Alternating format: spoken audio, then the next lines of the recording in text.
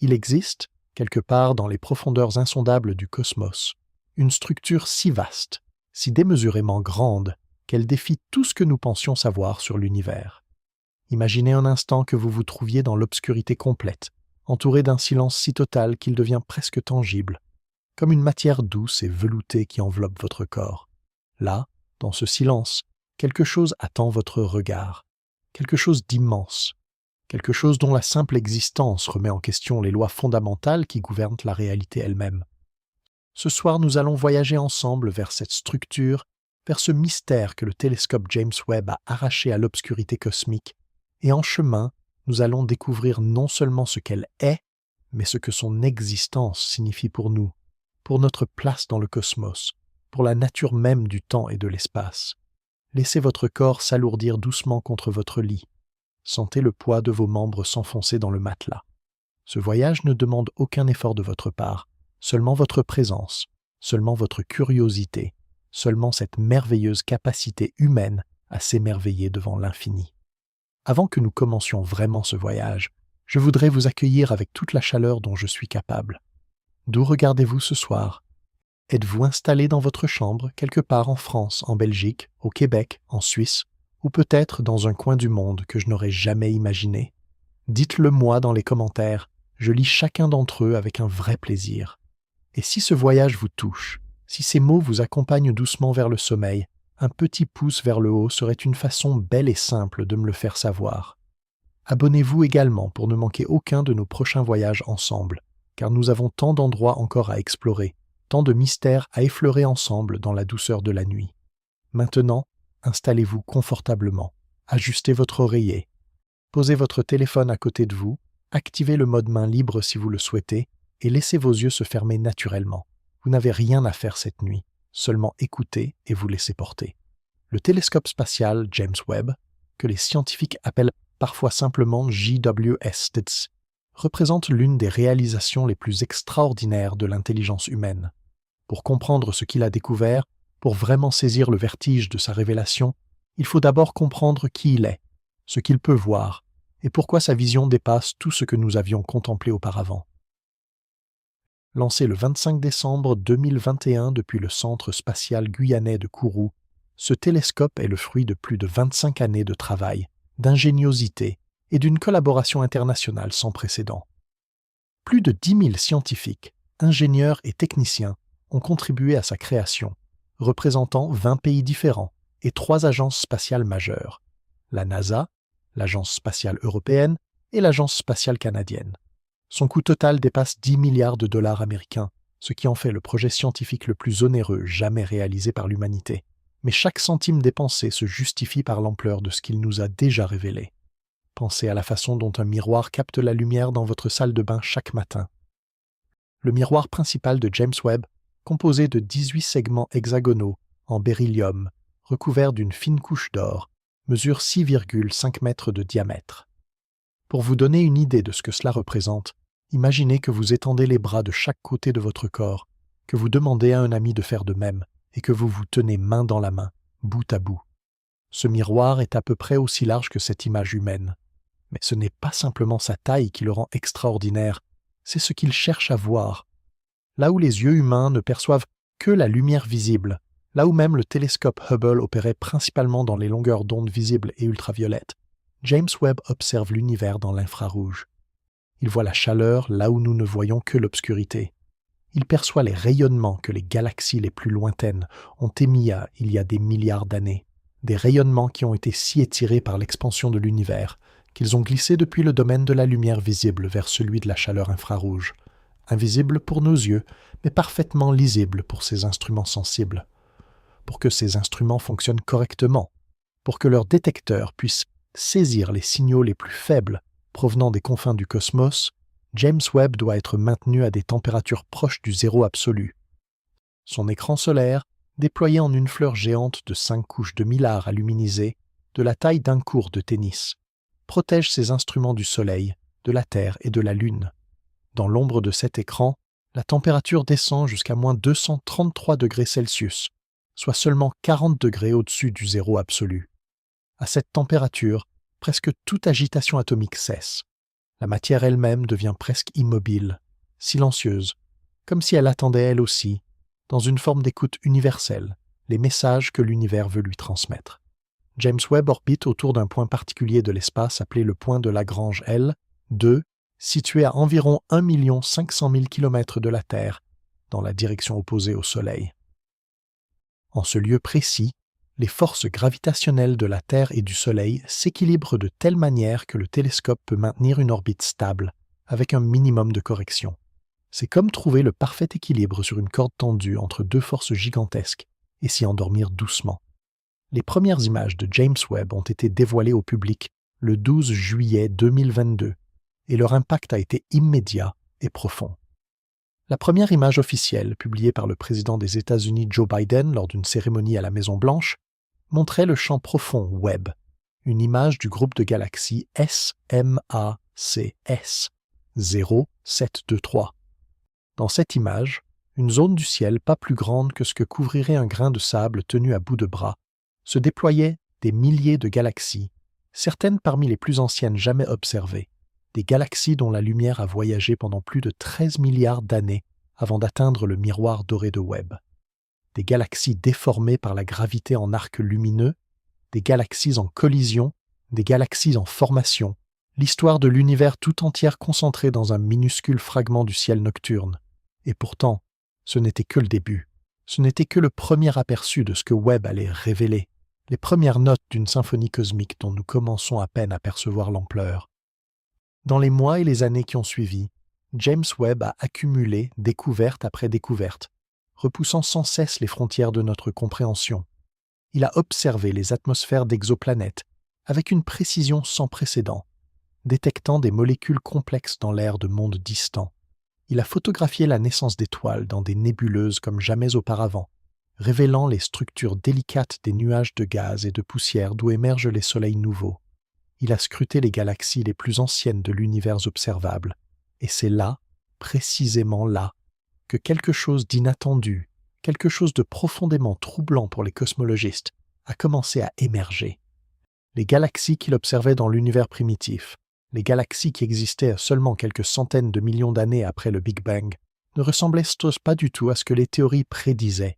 Elles étaient trop grandes, trop massives, trop matures, trop nombreuses, comme si l'univers avait grandi beaucoup plus vite que les lois de la physique ne l'auraient permis, comme si quelque chose de fondamental avait été manqué dans notre compréhension de la naissance et de l'évolution du cosmos.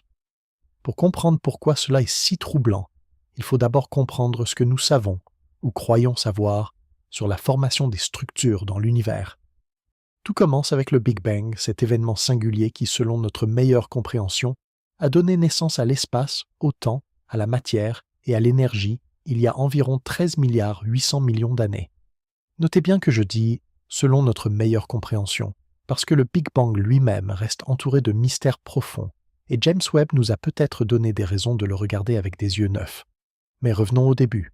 Dans les premières fractions de seconde après le Big Bang, l'univers était un plasma incroyablement chaud et dense, une soupe d'énergie pure dans laquelle les particules subatomiques ne pouvaient pas encore exister sous leur forme familière.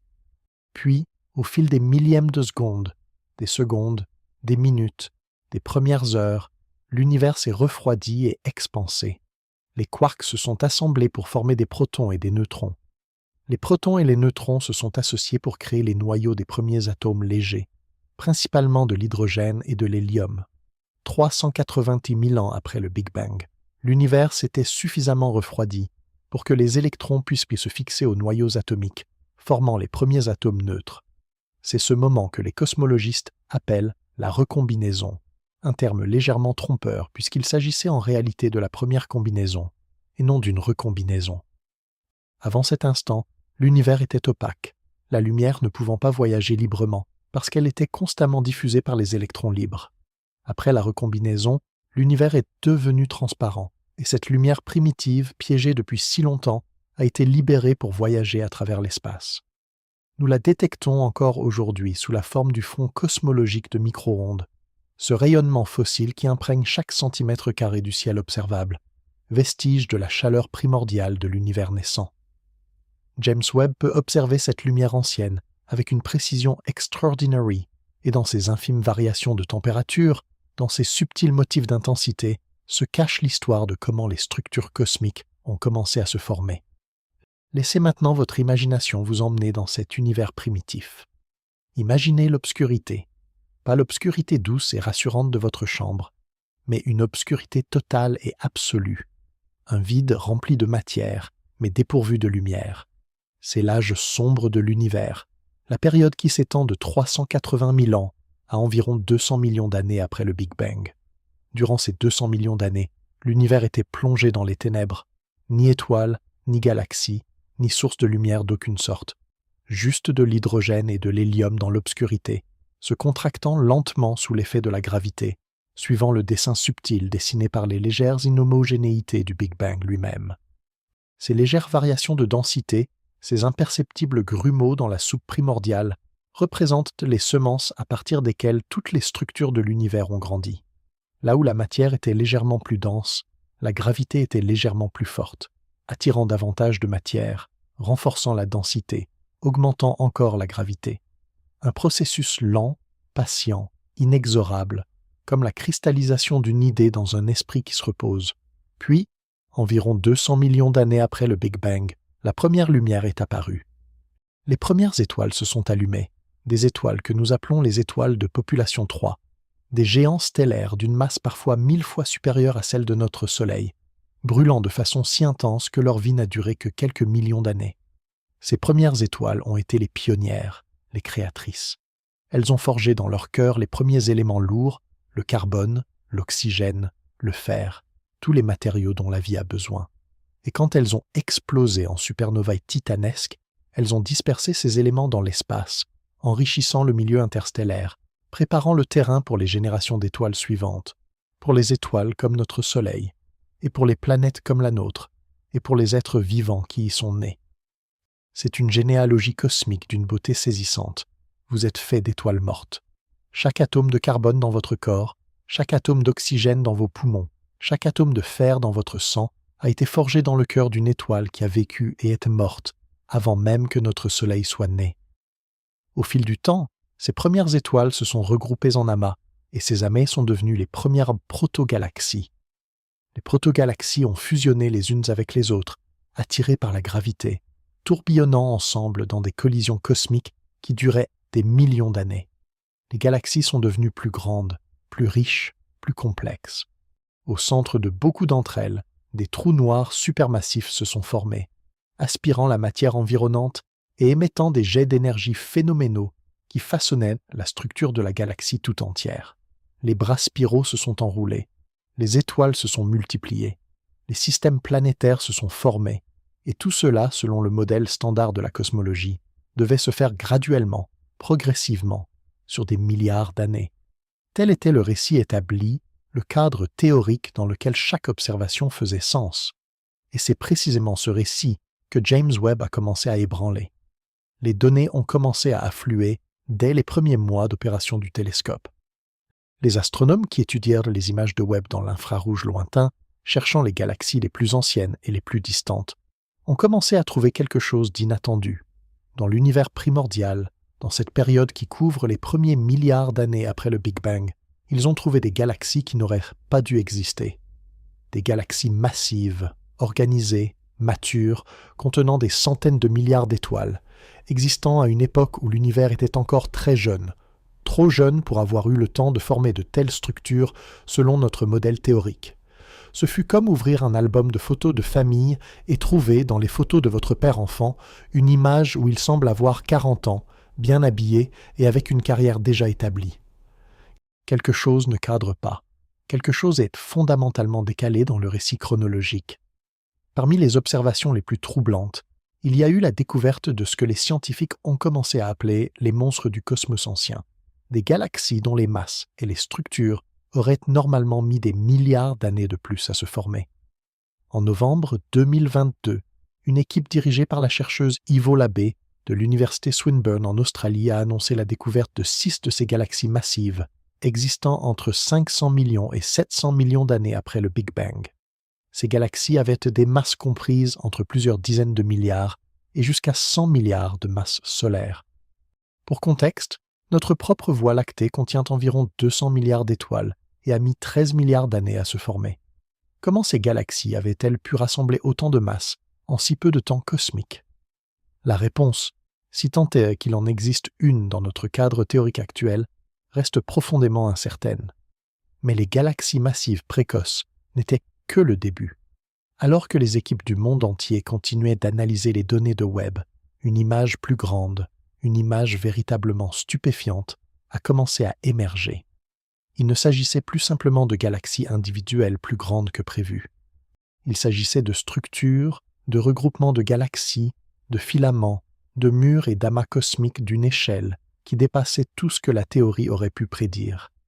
Et c'est ici que nous arrivons au cœur de notre voyage de cette nuit, à cette structure que le titre de notre exploration a évoquée, à cet objet cosmique si grand qu'il remet en question non pas un détail de notre compréhension de l'univers, mais ses fondements mêmes. Pour comprendre ce qui a été découvert, il faut d'abord comprendre comment les grandes structures de l'univers sont organisées. Imaginez l'univers à grande échelle, pas à l'échelle des étoiles individuelles ou même des galaxies, mais à l'échelle des centaines de millions d'années-lumière. À cette échelle, les galaxies ne sont pas distribuées uniformément dans l'espace. Elles s'organisent en un réseau extraordinaire que les cosmologistes appellent la toile cosmique ou web cosmique. Ce réseau ressemble à une toile d'araignée tridimensionnelle d'une complexité infinie. Au nœud de cette toile se trouvent les amas de galaxies, des concentrations de centaines voire de milliers de galaxies liées par la gravité. Entre ces nœuds courent des filaments, des cordons de galaxies qui peuvent s'étirer sur des centaines de millions d'années-lumière. Et entre les filaments s'ouvrent des vides, des régions presque entièrement dépourvues de galaxies, des déserts cosmiques d'une immensité à peine concevable. Cette toile cosmique est l'une des structures les plus belles et les plus complexes que la nature ait jamais produites. Elle ressemble, avec une ressemblance troublante que les scientifiques eux-mêmes ont remarqué, aux réseaux neuronaux du cerveau humain. Les filaments de galaxies se comportent comme des axones et des dendrites. Les amas de galaxies les ressemblent à des synapses, et les vides entre eux ressemblent aux espaces qui séparent les neurones. Il y a quelque chose de profondément poétique dans cette similitude, comme si l'univers lui-même avait adopté la même architecture que l'organe que nous utilisons pour le contempler. Sentez cela un instant. Laissez cette idée vous traverser doucement, comme une vague tiède. La structure de l'univers ressemble à la structure de votre pensée.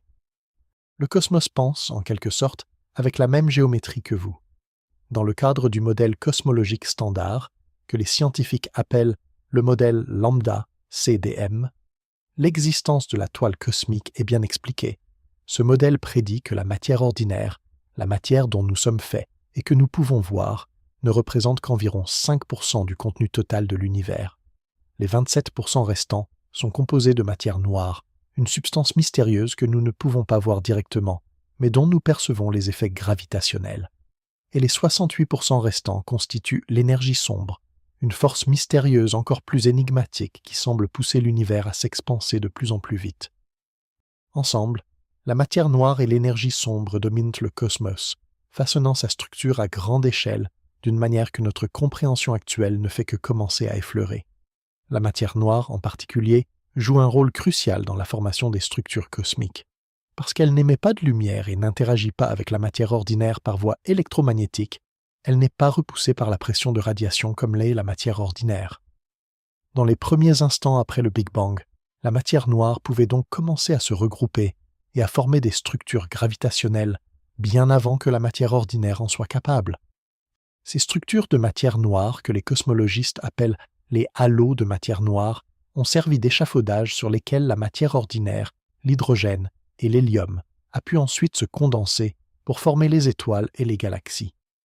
Sans la matière noire, les galaxies telles que nous les connaissons n'auraient probablement pas pu se former à temps pour être observées aujourd'hui. Selon le modèle lambda CDM, la formation des structures dans l'univers suit un processus que les cosmologistes appellent la formation hiérarchique des structures ou formation ascendante. Dans ce modèle, les petites structures se forment en premier, des halos de matière noire de faible masse, des petites protogalaxies, et ces petites structures fusionnent ensuite progressivement pour former des structures plus grandes. Les petites galaxies fusionnent pour former des galaxies plus grandes. Les galaxies se regroupent en groupes, les groupes se regroupent en amas, les amas se connectent en filaments, et les filaments s'organisent dans la toile cosmique que nous observons. C'est un processus de bas en haut, du petit vers le grand, de la simplicité vers la complexité. Et ce processus prend du temps, beaucoup de temps, des milliards d'années. Voilà pourquoi les observations de James Webb sont si perturbantes. Si la formation des structures se fait de bas en haut, si les grandes structures prennent des milliards d'années à se former, alors comment peut-on trouver des structures massives et organisées dans l'univers jeune, à une époque où le cosmos n'avait pas encore eu le temps nécessaire pour construire de tels édifices? C'est comme regarder une photographie prise 1 heure après la naissance d'un enfant et y trouver quelqu'un qui ressemble à un adulte de 30 ans. L'image ne peut pas être ce qu'elle semble être. Soit quelque chose s'est trompé dans notre interprétation de l'image, soit notre compréhension de la croissance humaine est fondamentalement erronée. Dans le cas de l'univers, les deux possibilités sont sérieusement envisagées par les cosmologistes. Mais revenons à cette structure spécifique, cette entité cosmique extraordinaire dont la découverte a secoué la communauté scientifique. En 2022 et 2023, en analysant les données du programme de relevé cosmologique de James Webb, une équipe internationale d'astronomes a identifié ce qui semble être une immense structure de galaxie à un décalage vers le rouge de redshift d'environ 7 à 9, ce qui correspond à une époque où l'univers n'avait que 600 à 800 millions d'années. Cette structure, que certains chercheurs ont surnommée en anglais le Cosmic Dawn Structure, ou plus formellement décrite dans les publications académiques, s'étend sur plusieurs centaines de millions d'années-lumière. Pour apprécier la magnitude de cette découverte, il faut savoir que selon le modèle lambda, CDM, les plus grandes structures cohésives de l'univers ne devraient pas dépasser environ 1,2 milliard d'années-lumière, une limite connue sous le nom de limite de Yadav, du nom du physicien indien Jaswant Yadav qui l'a calculée. Et même cette limite n'est théoriquement réalisable que dans l'univers beaucoup plus âgé que celui où nous trouvons ces nouvelles structures. Pour contextualiser cette échelle de façon concrète, considérons quelques comparaisons. Notre système solaire, de son centre au bord de la magnétosphère hélioïdale, s'étend sur environ 200 unités astronomiques. Une unité astronomique est la distance moyenne entre la Terre et le Soleil, soit environ 150 millions de kilomètres. L'étoile la plus proche de notre Soleil, Proxima Centauri, est à environ 4,2 années-lumière, c'est-à-dire à 40 000 milliards de kilomètres. Notre galaxie, la Voie lactée, est un disque d'environ 100 000 années-lumière de diamètre contenant quelques 200 milliards d'étoiles. Le groupe local de galaxies, dont la Voie lactée fait partie, s'étend sur environ 10 millions d'années-lumière. Le superamas de Laniakea, la structure cosmique dans laquelle est inscrite notre Voie lactée, s'étend sur environ 520 millions d'années-lumière. Et les plus grandes structures connues de l'univers actuel, comme le mur Hercule-Couronne boréale découvert en 2013, font environ 10 milliards d'années-lumière. Maintenant, imaginez trouver, dans l'univers jeune de seulement quelques centaines de millions d'années, une structure qui s'étend déjà sur plusieurs centaines de millions d'années-lumière. La question qui s'impose naturellement est « Pourquoi cela est-il si problématique ? Si la structure est là, si les observations la montrent clairement, pourquoi ne pas simplement accepter sa présence et ajuster nos théories en conséquence ? La réponse réside dans une contrainte physique fondamentale, une limite que rien dans l'univers ne peut dépasser, la vitesse de la lumière. Dans l'univers relativement jeune où ces structures n'ont été observées, le temps qui s'est écoulé depuis le Big Bang n'a été que de 6 à 800 millions d'années. La lumière, qui voyage à environ 300 000 km par seconde, ne peut donc avoir parcouru au maximum que 6 à 800 millions d'années-lumière depuis le Big Bang. Cela signifie que deux points situés à plus de 6 à 800 millions d'années-lumière l'un de l'autre ne peuvent pas avoir été en contact causal depuis le début de l'univers. Ils n'ont jamais pu se « voir » au sens physique du terme. Aucune information, aucune force, aucun signal de quelque nature que ce soit n'a pu voyager entre eux depuis le début du temps. Et pourtant, pour former une structure cohésive, les différentes parties de cette structure doivent avoir d'une façon ou d'une autre coordonné leur formation. La gravité doit avoir pu agir entre eux. Les densités de matière doivent avoir été corrélées sur de longues distances. Il doit y avoir eu une sorte de communication entre des régions qui, selon notre compréhension actuelle, étaient causalement déconnectées. Ce problème est connu en cosmologie sous le nom de problème de l'horizon, et il est censé avoir été résolu par la théorie de l'inflation cosmique. L'inflation cosmique est une phase d'expansion extrêmement rapide de l'univers, qui, selon la théorie, a eu lieu dans les toutes premières fractions de seconde après le Big Bang.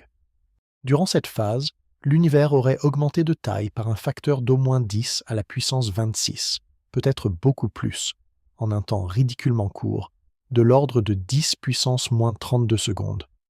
Pour vous donner une idée, si un atome était expansé dans les mêmes proportions, il deviendrait plus grand que l'univers observable actuel. Cette expansion extraordinairement rapide, bien plus rapide que la lumière, aurait pris des régions qui étaient initialement en contact causal et les aurait séparées de distances astronomiques, tout en préservant leurs corrélations quantiques initiales. L'inflation expliquerait donc pourquoi l'univers semble homogène et isotrope à grande échelle, et pourquoi des régions apparemment déconnectées partagent les mêmes propriétés physiques. Mais si l'inflation peut expliquer l'homogénéité à grande échelle, les observations de James Webb posent une question différente et plus difficile. Comment les inhomogénéités, ces grumeaux de matière qui ont grandi pour devenir les galaxies et les structures à grande échelle, ont-elles pu atteindre une si grande taille si rapidement? La théorie standard de l'inflation prédit les fluctuations quantiques qui ont servi de semences à la formation des structures, mais la croissance de ces semences vers des structures massives et organisées aurait dû prendre beaucoup plus de temps que ce que Webb semble observer. C'est comme si l'inflation avait planté des graines, mais que ces graines avaient poussé à une vitesse qui défie la biologie que nous comprenons. Il existe plusieurs explications possibles, chacune avec ses propres implications profondes. La première possibilité est que notre modèle cosmologique standard est incomplet ou incorrect dans certains de ses détails. Cette possibilité, bien qu'inconfortable pour ceux qui ont passé des décennies à développer et affiner ce modèle, est sérieusement envisagée par une partie de la communauté scientifique. Peut-être que la matière noire se comporte différemment de ce que nous supposons. Peut-être que l'énergie sombre n'est pas une constante cosmologique, mais une force qui a varié dans le temps. Peut-être que les conditions de l'univers primitif étaient différentes de ce que nous inférons du fond cosmologique de micro-ondes.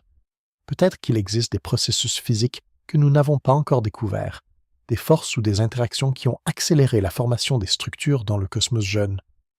La deuxième possibilité est que les structures observées par Webb ne sont pas aussi cohésives et physiquement connectées qu'elles le semblent.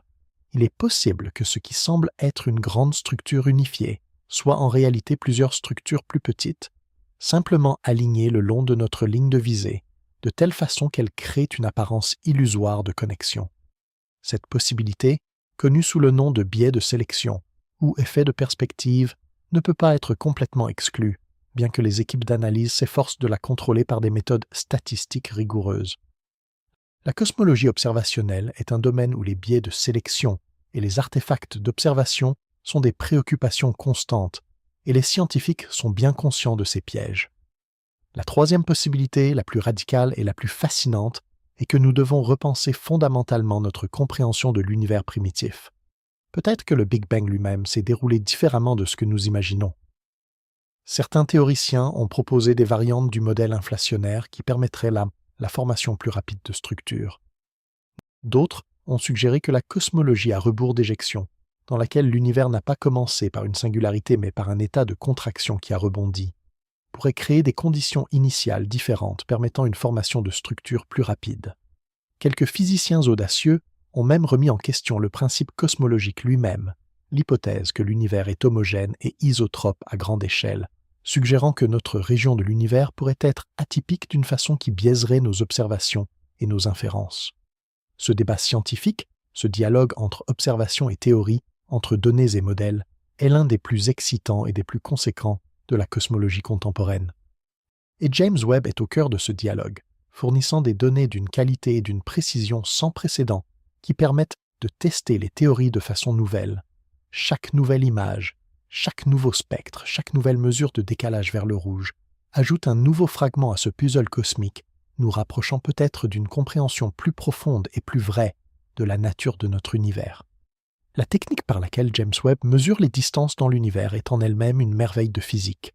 Elle repose sur le phénomène du décalage vers le rouge, ou redshift en anglais. Vous avez probablement déjà observé un effet similaire avec le son. Lorsqu'une ambulance s'approche de vous, sa sirène semble plus aiguë, et lorsqu'elle s'éloigne, la sirène paraît plus grave. Ce phénomène, appelé l'effet Doppler, se produit parce que les ondes sonores sont compressées lorsque la source se rapproche, et étirées lorsqu'elle s'éloigne. La lumière suit le même principe. La lumière émise par une galaxie qui s'éloigne de nous est étirée, son spectre décalé vers les longueurs d'onde plus longues, vers le rouge.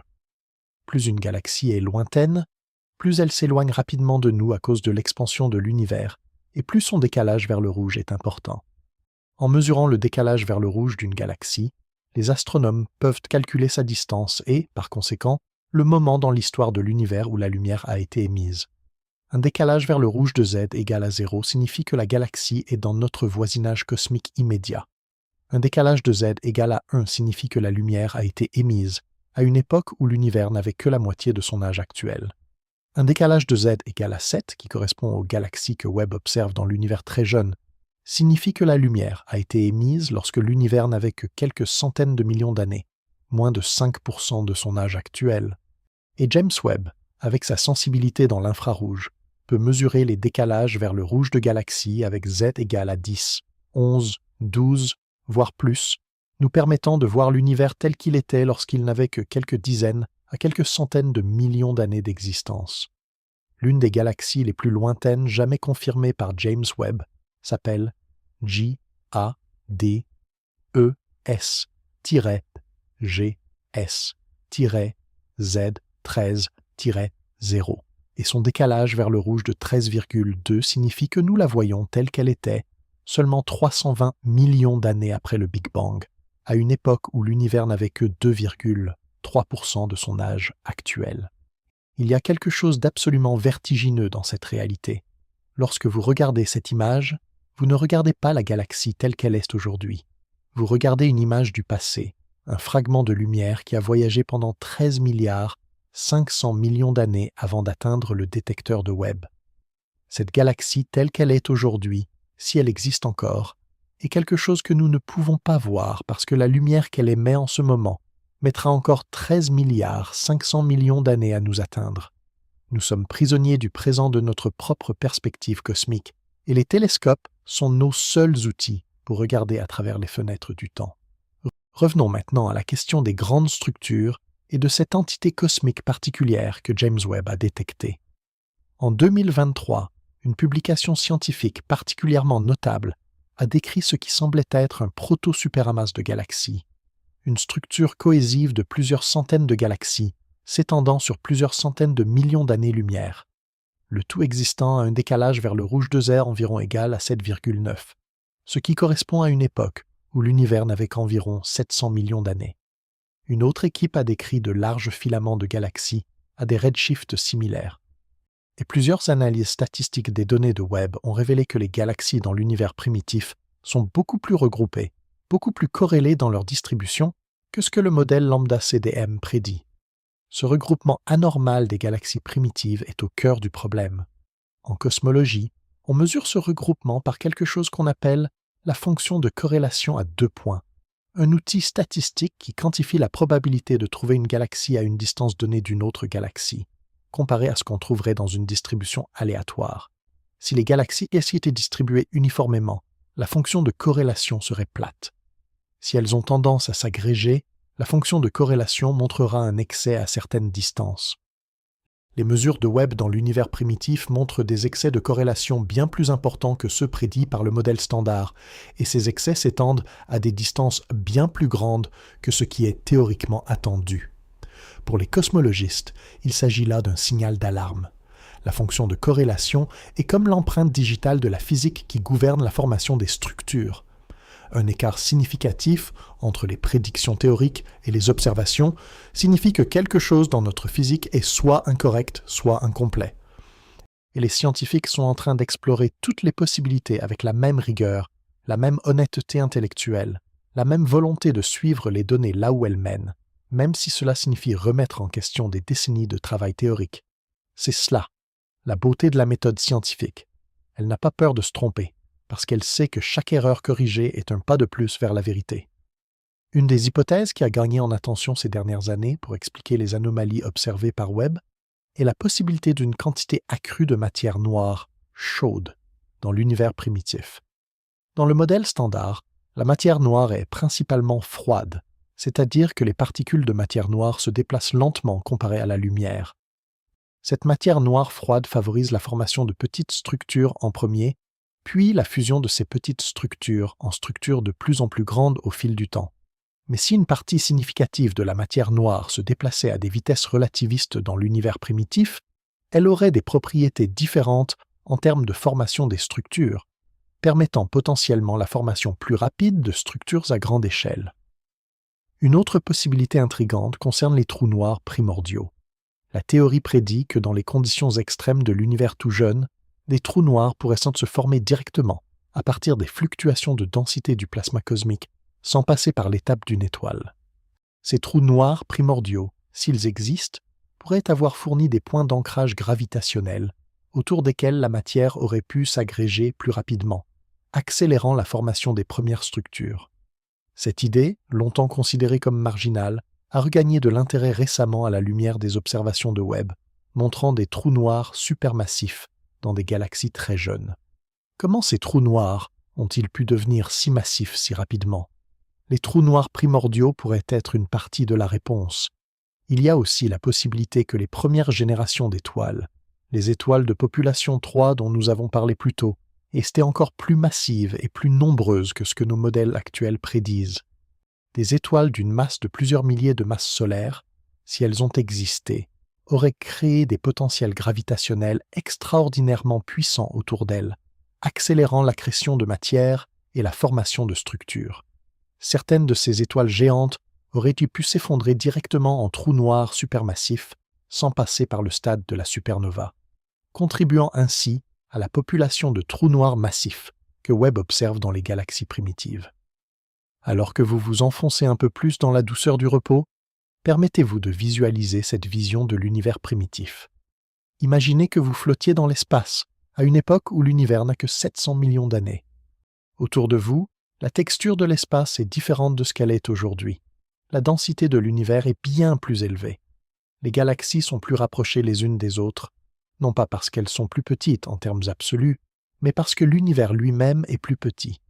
L'ensemble du cosmos observable, qui s'étend aujourd'hui sur 46 milliards d'années-lumière dans toutes les directions, ne s'étend alors que sur environ 6 milliards d'années-lumière. Tout est compressé, densifié, plus intense.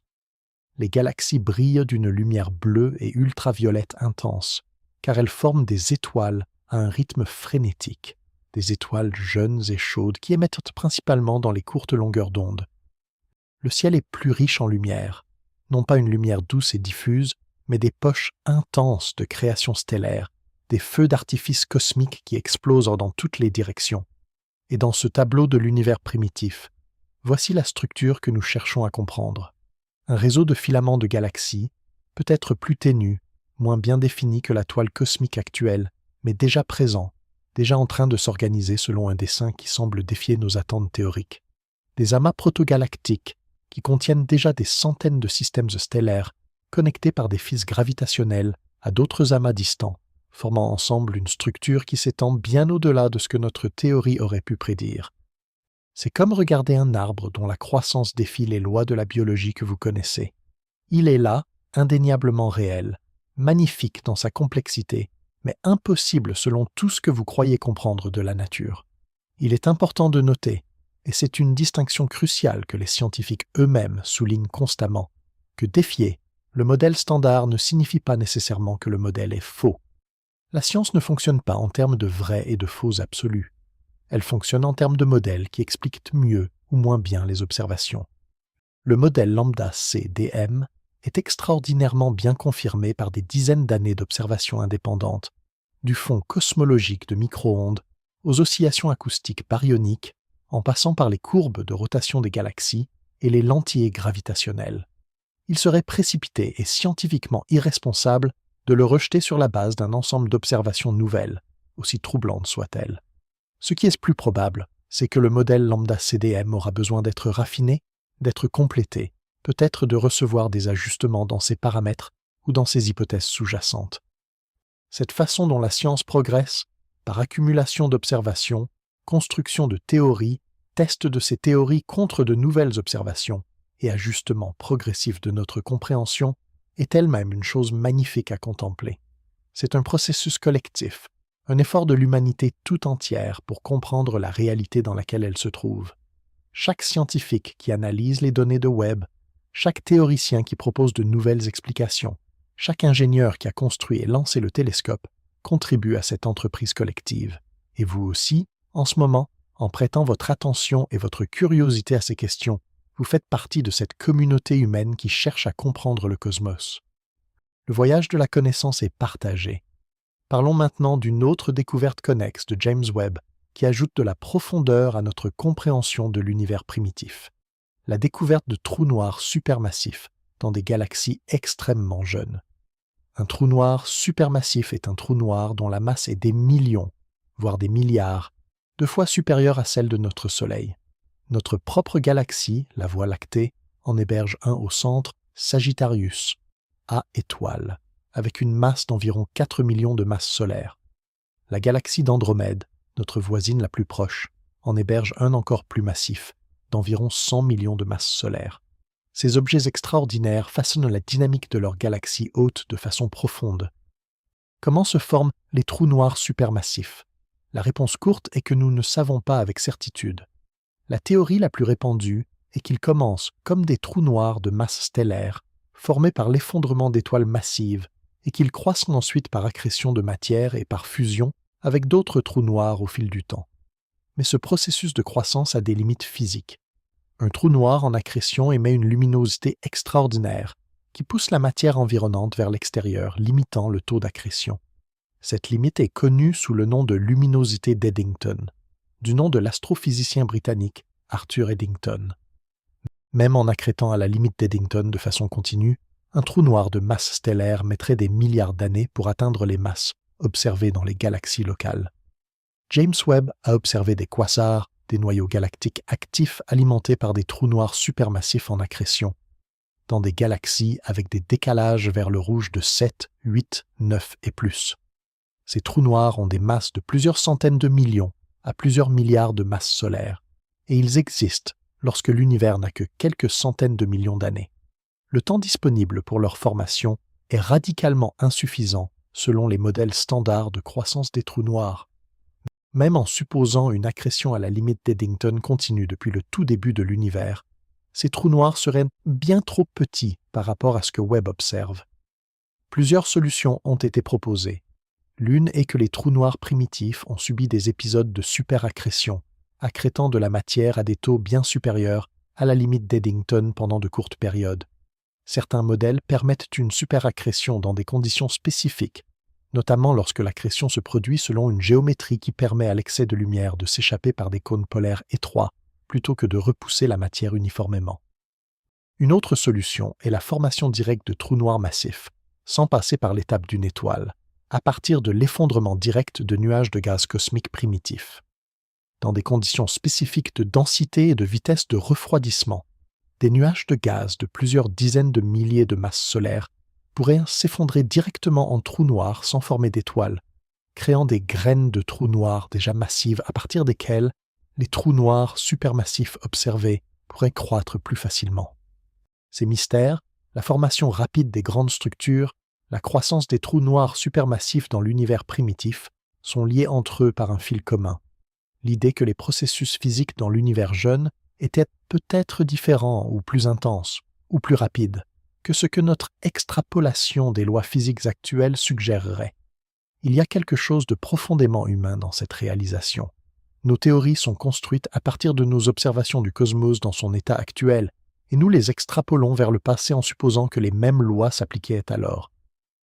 Mais si les conditions étaient suffisamment différentes, si certains paramètres physiques avaient des valeurs différentes dans l'univers primitif, alors nos extrapolations pourraient être incorrectes d'une façon que nous ne savons pas encore comment corriger. Certains physiciens ont proposé des théories dans lesquelles les constantes fondamentales de la physique, comme la constante de gravitation ou la constante de structure fine, auraient bien pu varier légèrement au cours du temps cosmique. Si la gravité était légèrement plus forte dans l'univers primitif, par exemple, cela pourrait expliquer la formation plus rapide des structures. Ces théories sont très controversées et se heurtent à de nombreuses contraintes observationnelles, mais elles sont représentatives de la créativité et de l'audace que les observations déconcertantes de Webb ont stimulées dans la communauté théorique. Il y a aussi la question de l'énergie sombre et de sa nature dans l'univers primitif. L'énergie sombre est la force mystérieuse qui accélère l'expansion de l'univers. Dans le modèle standard, elle est représentée par la constante cosmologique lambda d'Einstein, une énergie intrinsèque de l'espace lui-même, uniforme et immuable dans le temps. Mais des observations récentes, notamment celles du programme DESI, le Spectroscopic Instrument for Dark Energy, ont suggéré en 2024 que l'énergie sombre pourrait évoluer dans le temps, qu'elle pourrait avoir été différente dans le passé de ce qu'elle est aujourd'hui. Si l'énergie sombre était différente dans l'univers primitif, cela pourrait avoir eu des effets sur la formation des structures. En particulier, si l'énergie sombre était moins dominante au début, la gravité aurait pu être relativement plus efficace dans la formation des structures à cette époque. Il est fascinant de noter que les observations de DESI et les observations de Webb, bien qu'utilisant des méthodes très différentes et s'intéressant à des aspects différents de la cosmologie, convergent pour pointer vers la même conclusion troublante. Le modèle lambda CDM pourrait avoir besoin d'être modifié. Ces deux lignes d'évidence indépendantes qui pointent dans la même direction donnent plus de poids à l'idée que nous sommes peut-être au bord d'une révision importante de notre compréhension cosmologique. Ces moments, dans l'histoire de la science, où plusieurs lignes d'évidence indépendantes convergent vers une anomalie, sont souvent les précurseurs de révolutions scientifiques majeures. Pensons à d'autres révolutions similaires dans l'histoire de la cosmologie pour mettre en perspective ce moment. Au début du XXe siècle, la vision dominante de l'univers était qu'il était statique, éternel, immuable. Einstein lui-même, lorsqu'il a développé la relativité générale et réalisé que ses équations prédisaient un univers en expansion ou en contraction, a ajouté une constante cosmologique ad hoc pour stabiliser l'univers, car l'idée d'un univers en évolution lui semblait inacceptable. Puis, en 1929, Edwin Hubble a observé que les galaxies s'éloignent de nous et que les plus lointaines s'éloignent plus vite, une relation linéaire entre distance et vitesse de récession maintenant connue sous le nom de loi de Hubble-Lemaître. L'univers était en expansion, ce qui impliquait qu'il avait été plus petit dans le passé, ce qui impliquait qu'il avait eu un début. Einstein regretta plus tard d'avoir introduit sa constante cosmologique, la qualifiant de sa plus grande erreur. Ironiquement, cette constante cosmologique que Einstein avait introduite puis abandonnée a ressurgi dans la fin du XXe siècle sous une forme nouvelle. En 1998, deux équipes indépendantes d'astronomes, l'une dirigée par Saul Perlmutter et l'autre par Adam Rees et Brian Schmidt, ont étudié des supernovae de type 1A dans des galaxies distantes pour mesurer le taux de décélération de l'expansion de l'univers. Leur découverte a été stupéfiante. L'univers n'est pas en train de décélérer, il est en train d'accélérer. Quelque chose pousse les galaxies à s'éloigner les unes des autres de plus en plus vite, une force que nous appelons l'énergie sombre et dont nous ignorons fondamentalement la nature. Cette découverte a valu à Perlmutter, Rees et Schmidt le prix Nobel de physique en 2011 et elle a fondamentalement transformé notre image de l'univers. Ces révolutions cosmologiques, du cosmos statique au cosmos en expansion, de la décélération de l'expansion à son accélération, sont des exemples de la façon dont la science se transforme sous l'impact des observations. Chaque fois, les données ont forcé les théoriciens à abandonner des hypothèses qu'ils croyaient bien établies et à construire des modèles entièrement nouveaux. Chaque fois, l'univers s'est révélé plus étrange, plus riche, plus complexe que ce que nous aurions pu imaginer. Et chaque fois, cette révélation a été non pas source d'anxiété, mais source d'émerveillement, une invitation à admirer la profondeur insondable de la réalité. Nous pourrions bien être au seuil d'une telle révolution aujourd'hui. Les observations de James Webb, combinées aux résultats de DESI et d'autres missions, accumulent les anomalies et les tensions avec le modèle standard. La tension de Hubble, cette discordance entre les mesures du taux d'expansion de l'univers obtenues par différentes méthodes, persiste malgré des années d'efforts pour la résoudre. La tension sigma 8, une discordance entre les prédictions du modèle standard pour le regroupement de la matière et les observations directes, s'est aggravée avec les nouvelles données, et maintenant les structures géantes de l'univers primitif révélées par Webb. Ensemble, ces anomalies forment un tableau cohérent d'un modèle sous pression, d'une théorie qui explique encore très bien la plupart de ce que nous observons, mais qui commence à montrer des fissures là où le cosmos s'étend à ses limites les plus extrêmes. Votre esprit peut se permettre de se détendre dans cette incertitude. Il y a quelque chose de profondément rassurant dans l'idée que nous ne savons pas encore tout, que l'univers garde encore des secrets, que chaque génération de scientifiques a le privilège de se trouver à la frontière de l'inconnu. L'incertitude n'est pas un échec de la connaissance, c'est son état naturel. Nous progressons non pas vers un savoir absolu et figé, mais vers une compréhension de plus en plus nuancée, de plus en plus riche, de plus en plus honnête sur ce que nous savons et ce que nous ne savons pas encore. Et dans cette progression, chaque mystère résolu ouvre 10 nouvelles questions. C'est la magnifique et inépuisable nature de la curiosité humaine. Parlons maintenant de la toile cosmique à plus petite échelle, car elle révèle des structures qui sont peut-être plus faciles à visualiser et qui sont tout aussi fascinantes. Dans notre voisinage cosmique, les astronomes ont cartographié la distribution des galaxies avec une précision remarquable grâce à des relevés comme le Sloan Digital Sky Survey ou SDSS et le 2-Degree Field Galaxy Redshift Survey ou 2DFGRS.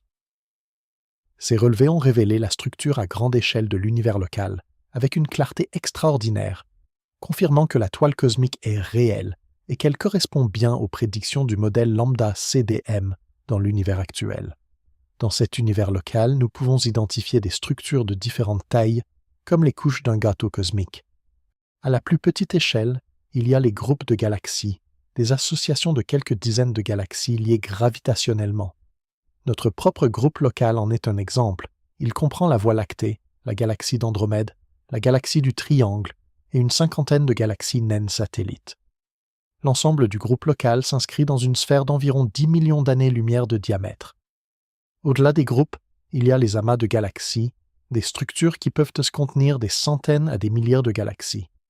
L'amas de la Vierge, le plus proche amas massif de galaxies situé à environ 55 millions d'années-lumière, contient plus de 1000 galaxies et une masse totale d'environ 1000 milliards de masses solaires.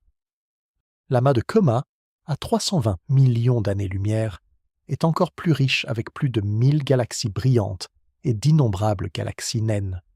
Ces amas massifs sont les nœuds de la toile cosmique, les carrefours où les filaments de galaxies se rejoignent et où la matière s'est concentrée au maximum. Entre les amas et formant les liens de la toile, il y a les filaments. Ces structures linéaires de galaxies peuvent s'étirer sur des centaines de millions d'années-lumière. Parmi les filaments connus, l'un des plus célèbres est le Grand Mur de Sloan, découvert en 2003 à partir des données du SDSS. Long d'environ 1,4 milliard d'années-lumière, large de 200 millions d'années-lumière et épais d'environ 100 millions d'années-lumière. C'était à l'époque de sa découverte la plus grande structure connue de l'univers. Puis, en 2013, le mur Hercule-Couronne boréale a été découvert, avec une taille estimée à 10 milliards d'années-lumière, si grande qu'elle se rapproche de la taille de l'univers observable lui-même, et que certains cosmologistes ont débattu si elle constitue réellement une structure physiquement cohésive. Et maintenant, dans l'univers primitif, James Webb révèle les ancêtres de ces structures, les prototoiles cosmiques de l'univers jeune. Ces structures primitives sont les graines à partir desquelles les grandes structures actuelles ont évolué. Étudier leur distribution et leurs propriétés nous permet de comprendre les conditions initiales de la formation des structures et de tester nos modèles de la façon dont l'univers s'est développé au cours du temps. Et c'est précisément ce test que James Webb est en train de faire, avec des résultats qui remettent en question ce que nous pensions savoir. Un concept fascinant qui émerge de l'étude des grandes structures cosmiques est celui de la mémoire cosmique.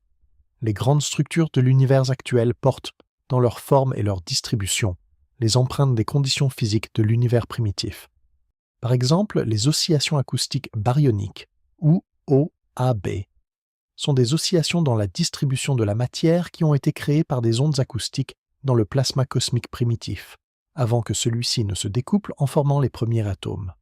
Ces oscillations ont laissé une empreinte caractéristique dans la distribution des galaxies, une légère préférence pour les galaxies d'être séparées par une distance d'environ 500 millions d'années-lumière. Cette distance correspond à l'horizon acoustique de l'univers primitif, la distance maximale qu'une onde sonore dans le plasma cosmique pouvait parcourir avant que le plasma ne se découple.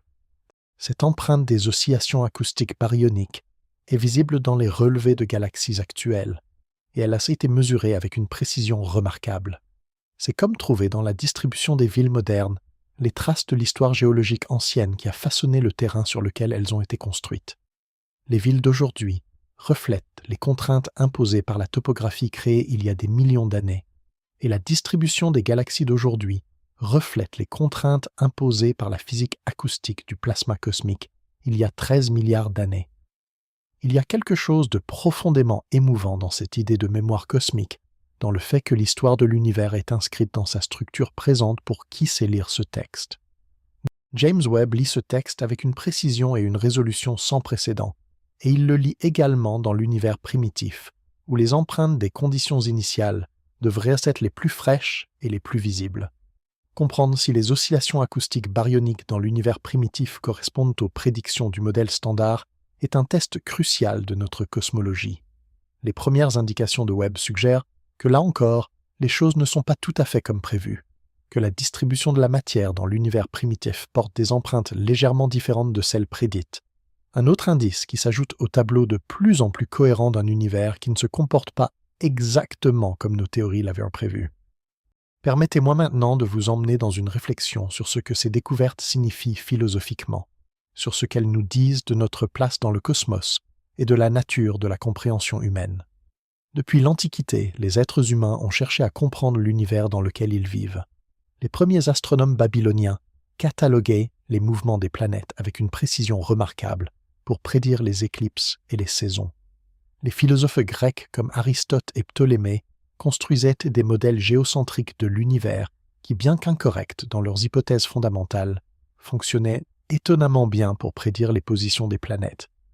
Copernic, Galilée, Kepler et Newton ont ensuite révolutionné notre vision du cosmos, plaçant le Soleil au centre du système solaire et formulant les lois mathématiques qui gouvernent les mouvements planétaires. Chacune de ces révolutions a eu une dimension psychologique et philosophique, pas seulement scientifique. Chaque fois, la Terre et l'humanité ont été repoussées vers une position moins centrale, moins privilégiée dans le cosmos. La Terre n'est pas au centre de l'univers. Le Soleil n'est qu'une étoile parmi des centaines de milliards dans la Voie lactée. La Voie lactée n'est qu'une galaxie parmi des milliards dans l'univers observable. Et maintenant, peut-être, l'univers observable lui-même n'est qu'une petite région d'un multivers infiniment plus grand. Chaque pas dans la compréhension de la réalité a semblé nous diminuer, nous rendre plus petits, plus insignifiants. Et pourtant, il y a un paradoxe magnifique ici. C'est précisément notre capacité à comprendre cet univers immense, à formuler des équations qui décrivent son évolution depuis ses premiers instants jusqu'à aujourd'hui, à construire des télescopes qui voient jusqu'aux confins du temps, qui nous rend extraordinaires. Carl Sagan, l'astronome et communicateur scientifique américain, exprimait cela merveilleusement quand il disait que nous sommes un moyen par lequel l'univers se connaît lui-même. Nous sommes faits de poussière d'étoiles, comme nous l'avons dit, mais nous sommes aussi l'univers qui réfléchit sur lui-même.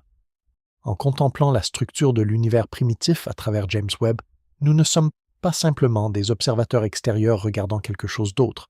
Nous sommes une partie de cet univers qui se retourne sur son propre passé pour essayer de comprendre comment il est devenu ce qu'il est. Il y a dans cette réalité une grandeur et une beauté qui transcendent le purement scientifique pour toucher quelque chose de fondamentalement spirituel, quelque chose de profondément lié au sens de l'existence. Laissez cette pensée vous accompagner tandis que votre corps continue de se détendre. Vous êtes une structure complexe, organisée, consciente, dans un univers de structures complexes et organisées, des plus petites particules subatomiques aux plus grandes superamas de galaxies. À chaque échelle de la particule à la galaxie, nous trouvons la même dynamique fondamentale, des forces qui attirent et rassemblent la matière, équilibrées par des forces qui s'y opposent, créant des structures stables, des équilibres dynamiques, des organisations qui persistent dans le temps. Votre propre corps, vos propres pensées, les neurones qui s'allument dans votre cerveau en ce moment, pendant que vous écoutez ces mots, sont le produit de ces mêmes lois cosmiques qui ont gouverné la formation des premières galaxies. La biologie que vous incarnez n'est pas séparée de la physique cosmique que nous étudions. Elle en est une continuation, une élaboration, une expression à petite échelle des mêmes principes organisateurs. La tendance de la matière à s'auto-organiser en structures de plus en plus complexes, que ce soit dans une nébuleuse ou dans une cellule, dans un amas de galaxies ou dans un cerveau humain, semble être une propriété fondamentale de l'univers. Peut-être que la complexité, la conscience, la beauté et le sens ne sont pas des accidents cosmiques, mais des expressions nécessaires d'un univers qui tend vers l'organisation. Revenons maintenant à James Webb et à ses observations les plus récentes, pour approfondir notre compréhension de ce que le télescope nous apprend sur les structures de l'univers primitif. L'un des programmes d'observation les plus importants de Webb pour cette question s'appelle JWST Advanced Deep Extragalactic Survey, ou JADS. Ce programme ultra profond a observé de petites régions du ciel pendant des centaines d'heures, accumulant suffisamment de photons de lumière ancienne pour détecter les galaxies les plus faibles et les plus distantes de l'univers. Dans les images de JADS, on peut identifier des milliers de galaxies dans des régions du ciel plus petites que la taille de la pleine Lune vue depuis la Terre. Parmi les résultats les plus notables de JADS, il y a la confirmation de galaxies avec des décalages vers le rouge supérieurs à 10, existant moins de 500 millions d'années après le Big Bang. Mais plus important encore pour notre discussion sur les grandes structures, JADS a permis de cartographier la distribution spatiale tridimensionnelle des galaxies dans l'univers primitif avec une précision sans précédent. En combinant les décalages vers le rouge spectraux, qui donnent les distances, avec les positions angulaires sur le ciel, les astronomes peuvent reconstruire la disposition des galaxies dans l'espace à différentes époques cosmiques. Et cette reconstruction révèle que, même dans l'univers très jeune, les galaxies ne sont pas distribuées de façon aléatoire, mais montrent déjà des signes d'organisation à grande échelle. Un autre programme important est le Cosmic Evolution Early Release Science Survey, ou CERS, qui a fourni certaines des premières images profondes de Webb et qui a révélé l'une des premières galaxies candidates à un décalage vers le rouge extrêmement élevé, Maisie's Galaxy, ainsi nommée parce qu'elle a été découverte le jour de l'anniversaire de la fille d'un des chercheurs. Cette galaxie, si son décalage vers le rouge est confirmé, existerait moins de 400 millions d'années après le Big Bang. Son existence et ses propriétés sont parmi les données qui ont alimenté le débat sur la formation trop rapide des galaxies primitives.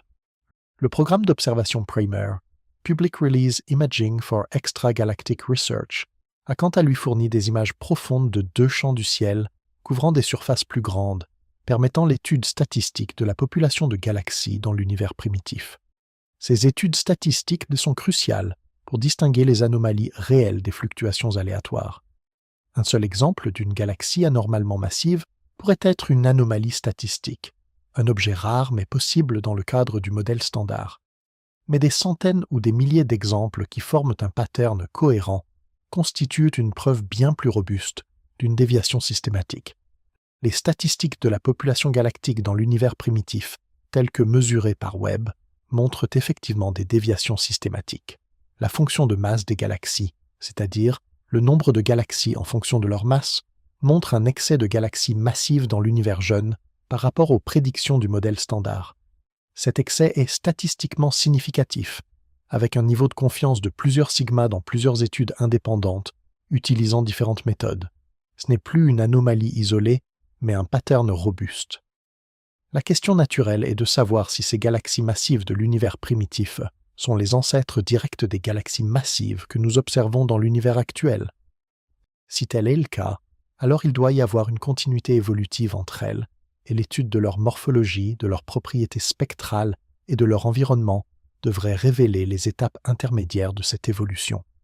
James Webb est particulièrement bien équipé pour cette étude, car il peut observer simultanément les galaxies à de nombreuses époques cosmiques différentes, permettant de construire une image de time-lapse de l'évolution galactique. Ce que ces études révèlent est fascinant. Les galaxies de l'univers primitif, contrairement à ce qu'on aurait pu s'attendre de structures jeunes, montrent souvent des morphologies relativement régulières et organisées. Beaucoup présentent des disques rotatifs, similaires à la structure spirale de notre Voie lactée. D'autres montrent des structures compactes, sphéroïdales, similaires aux galaxies elliptiques de l'univers actuel. Cela contraste avec les attentes théoriques qui prédisaient que les galaxies primitives seraient des objets plus irréguliers, plus fragmentés, en train de se former par fusion de multiples sous-structures. Cette organisation surprenante des galaxies primitives est un autre aspect du mystère. Non seulement elles sont trop massives, mais elles semblent aussi trop adultes dans leur morphologie. Elles ressemblent à des galaxies matures qui auraient dû mettre des milliards d'années à se développer. Une hypothèse pour expliquer cette maturité apparente est que les processus qui forment et stabilisent les disques galactiques, la dissipation du gaz, l'autogravité des disques, le rôle des trous noirs centraux, opèrent plus rapidement dans l'univers primitif plus dense.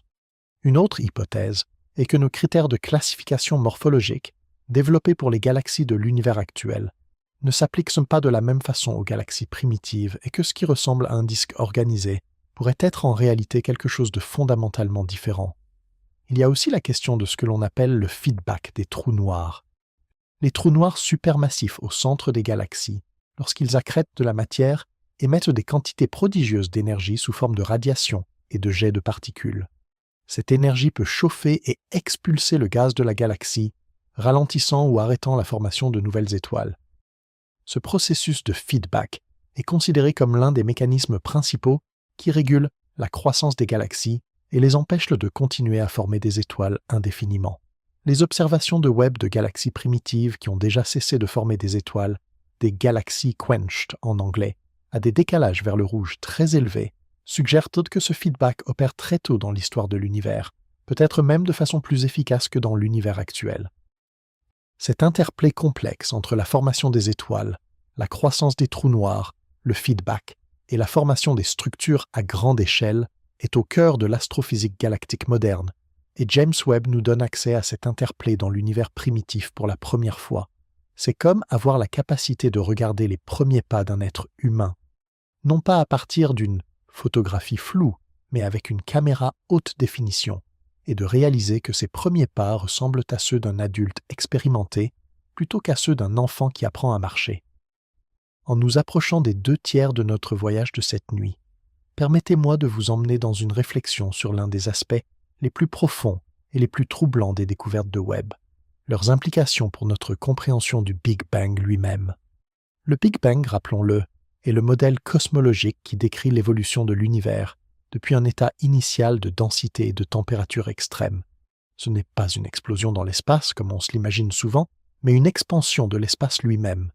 Il n'y avait pas de là et de là-bas avant le Big Bang, pas d'espace dans lequel l'explosion aurait eu lieu. L'espace lui-même, avec toutes ses dimensions, a commencé à exister à cet instant. Qu'est-ce qu'il y avait avant le Big Bang ? Cette question est l'une des plus profondes que l'esprit humain peut poser, et la réponse honnête est que nous ne savons pas. La relativité générale d'Einstein, notre meilleure théorie de la gravité et de la structure de l'espace-temps, prédit que le Big Bang est une singularité, un point où la densité et la courbure de l'espace-temps deviennent infinies et où les équations cessent d'être valides. Une singularité n'est pas une réalité physique, mais un indice que la théorie a atteint ses limites de validité. Pour comprendre ce qui s'est passé aux premiers instants du Big Bang, voire avant, lui si ce mot a un sens, nous aurions besoin d'une théorie de la gravité quantique, une théorie qui unifierait la relativité générale avec la mécanique quantique. Cette théorie de la gravité quantique n'existe pas encore, malgré des décennies de travail de certains des esprits les plus brillants de l'humanité. La théorie des cordes, la gravité quantique à boucle, la géométrie non commutative, la théorie causale des ensembles sont parmi les approches les plus prometteuses, mais aucune n'a encore produit des prédictions testables qui la distingueraient clairement des autres. C'est l'un des plus grands défis ouverts de la physique théorique, et les observations de James Webb qui sondent les premières fractions de la durée de vie de l'univers nous rapprochent peut-être des conditions dans lesquelles les effets de la gravité quantique seraient perceptibles.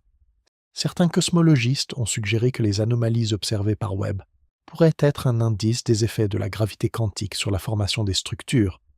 Dans certains modèles de cosmologie quantique, les fluctuations quantiques qui servent de semence aux structures cosmiques ne seraient pas exactement celles prédites par l'inflation standard, mais auraient des propriétés légèrement différentes, correspondant à une distribution de masse différente pour les premières structures. Si tel est le cas, les observations de Webb ne seraient pas seulement un défi pour la cosmologie classique, mais un guide vers la théorie de la gravité quantique que nous cherchons depuis si longtemps. Il y a aussi la possibilité fascinante d'un univers avant le Big Bang, dans certaines théories cosmologiques, comme le modèle cosmologique cyclique de Paul Steinhart et Neil Turok, ou le modèle bounce cosmologique de certaines théories de la gravité quantique à boucle. L'univers que nous observons n'aurait pas commencé par un Big Bang ex nihilo, mais serait issu d'un effondrement d'un univers précédent ou d'un rebond d'une phase de contraction. Dans ces modèles, des structures créées dans l'univers précédent pourraient s'imprimer des corrélations dans notre univers au-delà de ce que l'inflation standard prédirait, potentiellement expliquant certaines des anomalies que Webb observe. Ces idées sont hautement spéculatives, mais elles illustrent la créativité théorique stimulée par les données déconcertantes du télescope. Une autre direction théorique qui a regagné de l'intérêt est la théorie des univers multiples, ou multivers. Dans cette conception, notre univers observable n'est qu'une petite région d'un espace-temps infiniment plus grand, dans lequel d'autres régions auraient des propriétés physiques différentes des nôtres. Les différents univers bulles seraient des régions où l'inflation s'est terminée à des moments différents, créant des régions avec des densités d'énergie sombres différentes, des valeurs différentes des constantes fondamentales et potentiellement des structures initiales différentes. Dans ce cadre, les anomalies que nous observons pourraient simplement refléter le fait que notre univers bulle particulier a eu des conditions initiales légèrement atypiques. Le problème avec la théorie du multivers est qu'elle est, par définition, difficile à tester scientifiquement. Si les autres univers ne peuvent pas interagir avec le nôtre ou n'ont interagi qu'à des moments dont nous ne pouvons pas observer les conséquences, comment pourrions-nous obtenir des preuves de leur existence? Certains cosmologistes ont proposé que des empreintes de collision avec d'autres univers bulles pourraient être visibles dans le fond cosmologique de micro-ondes sous forme de motifs circulaires particuliers, et des analyses ont été menées pour chercher ces motifs, sans résultat concluant jusqu'à présent. La question du multivers reste à la frontière entre la physique et la métaphysique, fascinante précisément parce qu'elle pousse les limites de ce que la méthode scientifique peut atteindre. Pendant que ces grandes questions se déroulent dans votre esprit, sentez la pesanteur agréable qui s'est installée dans vos membres. Votre corps sait comment se reposer, comment libérer les tensions de la journée, comment laisser les pensées flotter doucement comme des nuages dans un ciel nocturne. Vous n'avez pas besoin de saisir chaque idée, de retenir chaque détail. Les mots continuent de couler, portant leur signification dans les couches profondes de votre conscience, là où les grandes questions se dissolvent dans la paix plutôt que de susciter l'anxiété. L'univers est vaste et mystérieux, et il y a dans cette vastitude et ce mystère non pas une menace mais un berceau d'infini dans lequel votre petitesse peut se reposer avec grâce. Revenons à la structure spécifique détectée par James Webb, celle qui ne devrait pas exister selon nos théories actuelles, pour approfondir notre compréhension de ce que les scientifiques font avec cette découverte. La méthode scientifique ne s'arrête pas à la découverte d'une anomalie. Elle exige que l'anomalie soit vérifiée, confirmée par des observations indépendantes, caractérisée avec précision, et que des hypothèses alternatives soient systématiquement éliminées ou confirmées. Ce processus de vérification est en cours pour les structures géantes de l'univers primitif révélé par Webb. Plusieurs équipes indépendantes ont analysé les mêmes régions du ciel avec leurs propres méthodes d'analyse et ont obtenu des résultats cohérents. Des observations spectroscopiques complémentaires ont été réalisées pour confirmer les décalages vers le rouge des galaxies qui forment ces structures, éliminant la possibilité que les structures apparentes soient dues à des galaxies, à des distances différentes fortuitement alignées. Des simulations informatiques de la formation des structures ont été lancées pour vérifier si, dans quelque combinaison que ce soit de paramètres cosmologiques, le modèle lambda CDM peut reproduire des structures aussi grandes dans l'univers si jeune. Les résultats préliminaires de ces simulations sont négatifs. Il est très difficile, voire impossible, de reproduire ces structures dans le cadre du modèle standard, même en jouant sur les paramètres dans les limites permises par les autres contraintes observationnelles. Cela ne signifie pas, encore une fois, que le modèle standard est faux. Cela signifie que si ces observations sont correctement interprétées, le modèle standard doit être étendu, modifié ou remplacé par un modèle plus général dont il serait un cas limite. Cette situation est en fait la situation normale de la physique théorique tout au long de son histoire. La mécanique newtonienne est correcte dans les limites des vitesses faibles et des champs gravitationnels faibles, mais elle est une approximation de la relativité restreinte et générale dans les régimes extrêmes. La physique classique est correcte à l'échelle macroscopique, mais elle est une approximation de la mécanique quantique à l'échelle atomique et subatomique. Chaque théorie physique a un domaine de validité, et les anomalies apparaissent toujours aux frontières de ce domaine, pointant vers la théorie plus générale qui l'englobe. Les scientifiques qui travaillent sur ces questions sont animés par une excitation intellectuelle palpable que vous pouvez sentir dans leurs publications et leurs présentations. Le professeur Joel Leja de l'Université Penn State, l'un des auteurs principaux des études sur les galaxies massives de l'univers primitif, a déclaré dans une interview que ces résultats donnent des frissons dans le bon sens du terme, que c'est le genre de découverte pour lequel on est entré en astrophysique. La professeure Caitlin Casey de l'Université du Texas à Austin, qui étudie les proto-amas de galaxies dans l'univers primitif avec Webb, a exprimé une excitation similaire, notant que Webb révèle des structures qui remettent en question tout ce que nous pensions comprendre sur la façon dont l'univers s'est assemblé. Cette excitation collective de la communauté scientifique est une belle chose. Elle témoigne de la santé d'une discipline qui accueille les anomalies plutôt que de les ignorer, qui voit dans les données déconcertantes non pas une menace, mais une opportunité d'apprendre quelque chose de nouveau sur la réalité. Et elle invite chacun de nous, même ceux qui ne sont pas des scientifiques professionnels, à partager cette excitation, à être curieux, à poser des questions, à s'émerveiller des mystères que le cosmos nous présente. Pensons maintenant aux implications pratiques de ces découvertes, à ce qu'elles signifient concrètement pour la façon dont nous comprendrons l'univers dans les années et les décennies à venir. Si les observations de Webb se confirment, et si elles conduisent à une révision de notre modèle cosmologique, quelles nouvelles théories pourraient émerger? Quelles nouvelles prédictions pourraient-elles faire, et comment pourrions-nous les tester? L'une des directions les plus prometteuses est la modification de la théorie de l'inflation. L'inflation standard, proposée initialement par le physicien Alan Guth du MIT en 1980 et développée notamment par Andrei Linde, Paul Steinhardt et d'autres, est une théorie relativement simple qui repose sur un champ scalaire hypothétique appelé l'inflaton. La nature précise de ce champ, ses propriétés, son énergie potentielle, sont des inconnus que différents modèles d'inflation paramétrisent différemment. Il existe des centaines de modèles d'inflation différents et ils font des prédictions légèrement différentes sur le spectre des fluctuations primordiales qui servent de semences à la formation des structures. Les observations de Webb combinées aux mesures de précision du fond cosmologique de micro-ondes par les satellites Planck et WMAP pourraient permettre de discriminer entre ces modèles et d'identifier lequel, s'il en existe un, reproduit correctement toutes les observations. Une autre direction est l'exploration de la nature de la matière noire. Si la matière noire n'est pas entièrement froide, mais inclut une composante chaude ou tiède, cela pourrait modifier la façon dont les structures se forment à différentes échelles.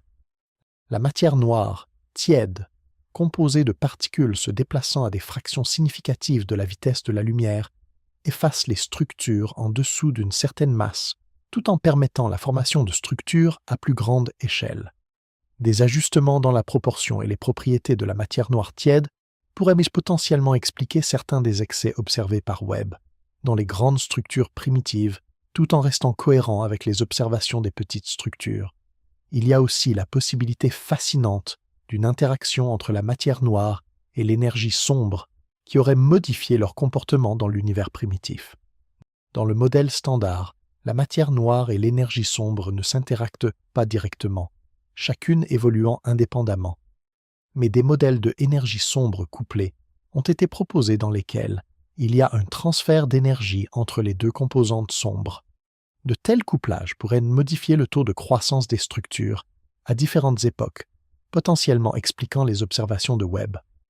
Ces modèles font des prédictions spécifiques qui peuvent être testées par de futures observations, ce qui les rend scientifiquement attrayants, même si elles sont encore hautement spéculatives. Il y a quelque chose de particulièrement beau dans la façon dont une observation astronomique réalisée grâce à un instrument de pointe peut stimuler des développements théoriques dans des domaines aussi variés que la cosmologie quantique, la physique des particules et la gravitation. La science n'est pas une collection de compartiments étanches, mais un organisme vivant et connecté, où une découverte dans un domaine résonne et stimule des développements dans des domaines apparemment éloignés. James Webb, en observant des galaxies à des milliards d'années-lumière, parle à des théoriciens qui travaillent sur la nature fondamentale de l'espace-temps et de la matière. Cette connexion est l'un des plus beaux aspects de l'entreprise scientifique humaine. Permettons-nous maintenant d'explorer une autre facette de ce que James Webb nous a appris sur l'univers primitif, une facette qui est peut-être moins souvent discutée mais qui est tout aussi fascinante, la chimie de l'univers primitif. L'un des grands objectifs de Webb est d'étudier la composition chimique des galaxies primitives, de comprendre comment les éléments lourds, ce que les astronomes appellent collectivement les métaux, se sont accumulées dans l'univers au fil du temps. Dans l'univers primitif, juste après le Big Bang, seuls les éléments les plus légers existaient, l'hydrogène, l'hélium et des traces infimes de lithium et de beryllium. Tous les autres éléments de la table périodique, du carbone à l'uranium, ont été synthétisés dans les cœurs des étoiles, au cours des processus de nucléosynthèse stellaire, ou lors d'explosions de supernovas et de fusion d'étoiles à neutrons. La teneur en métaux d'une galaxie, sa métallicité, dans le jargon astronomique, est donc un indicateur de son âge chimique, une mesure de combien de générations d'étoiles se sont formées et sont mortes dans cette galaxie depuis sa naissance. Les galaxies les plus anciennes observées par Webb devraient, selon le modèle standard, avoir des métallicités très faibles, car peu de générations stellaires ont eu le temps de s'y succéder. Et effectivement, Webb observe des galaxies à haut décalage vers le rouge avec des métallicités très faibles, comme attendu.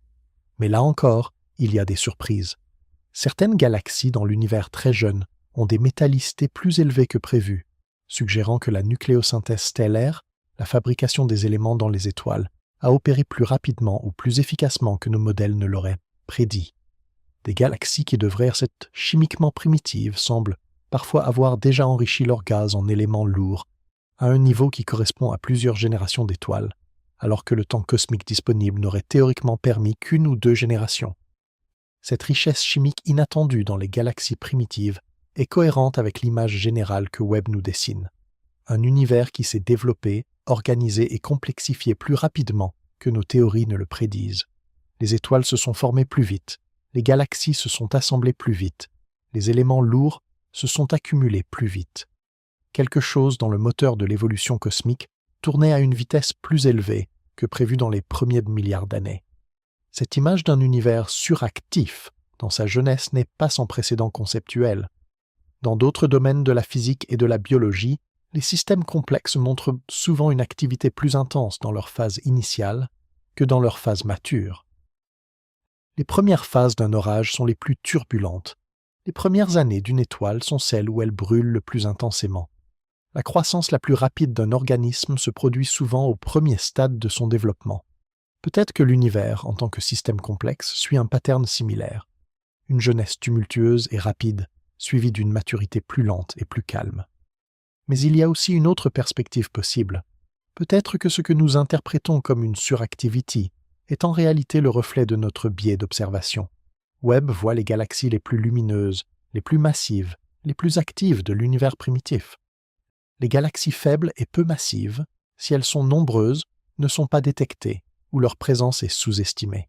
Si la distribution des propriétés des galaxies primitives est très différente de celle supposée par nos modèles, nous pourrions surestimer systématiquement les masses et les métallicités typiques, parce que nos échantillons sont biaisés vers les objets les plus extrêmes. Les astronomes sont pleinement conscients de ce problème et travaillent activement à le corriger par des techniques statistiques sophistiquées, mais il illustre la complexité d'interpréter correctement des observations dans des régimes inexplorés. La puissance de James Webb pour cette question tient à sa capacité spectroscopique. Non seulement Webb prend des images, il prend également des spectres, des décompositions de la lumière en ses composantes de longueur d'onde individuelles. Un spectre est comme une empreinte digitale chimique d'un objet astronomique. Chaque élément chimique absorbe et émet la lumière à des longueurs d'onde caractéristiques.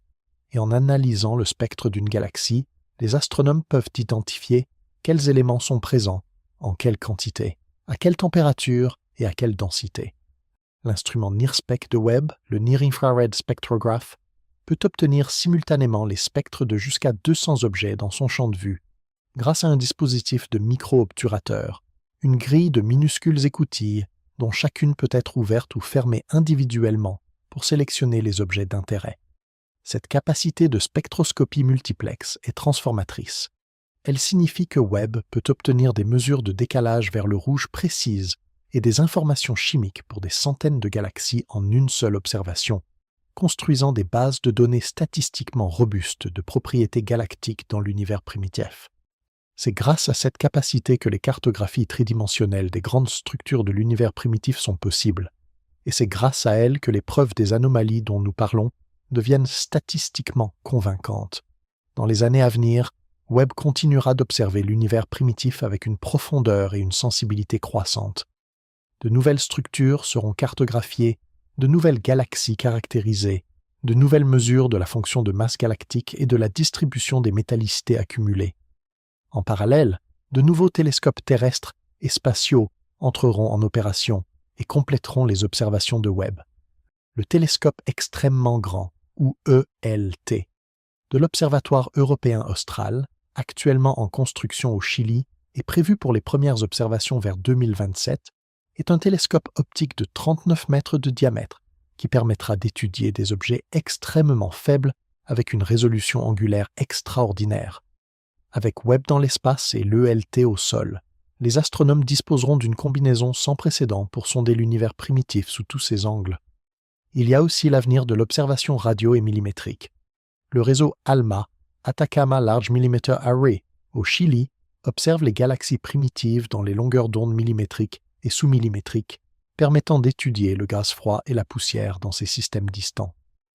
ALMA a déjà contribué à des découvertes importantes sur les proto-amas de galaxies dans l'univers primitif et continuera de travailler en complémentarité avec Webb pour peindre le tableau le plus complet possible de l'univers jeune. Des projets futurs comme le Square Kilometer Array ou SKA, un réseau de radiotélescopes en construction en Afrique du Sud et en Australie, permettra d'observer les émissions de l'hydrogène neutre dans les galaxies primitives, traçant directement le carburant gazeux à partir duquel les étoiles se forment. Ensemble, ces instruments forment une flotte d'exploration cosmique dont l'humanité ne dispose qu'en ce début du XXIe siècle, un privilège incroyable que nous avons de vivre à cette époque où les technologies permettent de répondre à des questions que les générations précédentes pouvaient seulement se poser. Et il y a dans ce privilège une responsabilité, celle de ne pas prendre pour acquis cet accès à la connaissance, de le cultiver, de le partager et de rester ouvert à la possibilité que chaque réponse trouvée ouvre la porte à de nouvelles questions encore plus profondes. Permettez-moi maintenant de vous parler de la toile cosmique de façon plus personnelle, en termes de ce qu'elle signifie pour notre existence quotidienne. Nous parlons depuis un moment de structures à des échelles incompréhensibles, de milliards d'années-lumière, de milliards d'années, de masses solaires. À ces échelles, il est facile de se sentir infiniment petit, imperceptiblement insignifiant. Mais il y a une autre façon de regarder cela, une façon qui recadre notre relation à ce cosmos gigantesque de façon à la fois plus humble et plus grandiose. Pensez à l'eau. Une molécule d'eau est infiniment petite par rapport à un océan. Et pourtant, un océan n'est rien d'autre que de l'eau. Des molécules d'eau individuelles rassemblées en nombre incroyable. La propriété de liquidité, de fluidité, de profondeur de l'océan n'existe pas dans une seule molécule d'eau. Elle émerge de la relation entre les molécules, de leur organisation collective. De la même façon, peut-être que des propriétés comme la beauté, la signification, la conscience, ne sont pas des propriétés de particules individuelles ou même de corps individuels, mais des propriétés émergentes de relations, d'organisation, de structure. Et si c'est le cas, alors la conscience que vous portez en ce moment, cette capacité à vous émerveiller du cosmos, à ressentir sa beauté et son mystère, est une propriété émergente de l'univers lui-même, une façon pour le cosmos de faire l'expérience de lui-même. Il y a dans cette perspective un changement subtil mais profond dans la façon dont on vit l'expérience d'être humain dans un cosmos infini. Plutôt que de se sentir écrasé par la grandeur de l'univers, on peut se sentir en continuité avec elle. Vous n'êtes pas une petite chose dans un grand univers. Vous êtes une expression du grand univers, une façon pour lui de se contempler et de se questionner. Vos pensées de ce soir, vos questions sur les structures cosmiques, votre émerveillement devant les mystères que James Webb révèle, sont autant d'événements cosmiques au même titre que la formation d'une galaxie ou le décalage vers le rouge d'une onde lumineuse ancienne. Ils font partie de l'histoire de l'univers. Cette perspective, loin d'être une métaphore poétique vide, est ancrée dans la physique la plus rigoureuse. Vous êtes physiquement fait des mêmes atomes qui forment les étoiles et les galaxies. Les processus biologiques dans votre corps obéissent aux mêmes lois de la physique et de la chimie qui gouvernent les processus cosmiques. Le cerveau dans votre tête, avec ses 86 milliards de neurones formant plusieurs centaines de trillions de connexions synaptiques, est l'objet le plus complexe que nous connaissions dans l'univers, un objet dont la complexité dépasse peut-être celle de la toile cosmique elle-même. Et ce cerveau, en ce moment, dans la douceur du soir, contemple le cosmos et essaie de comprendre ses propres origines. C'est une des choses les plus extraordinaires qui se passent quelque part dans l'univers, et cela se passe en vous.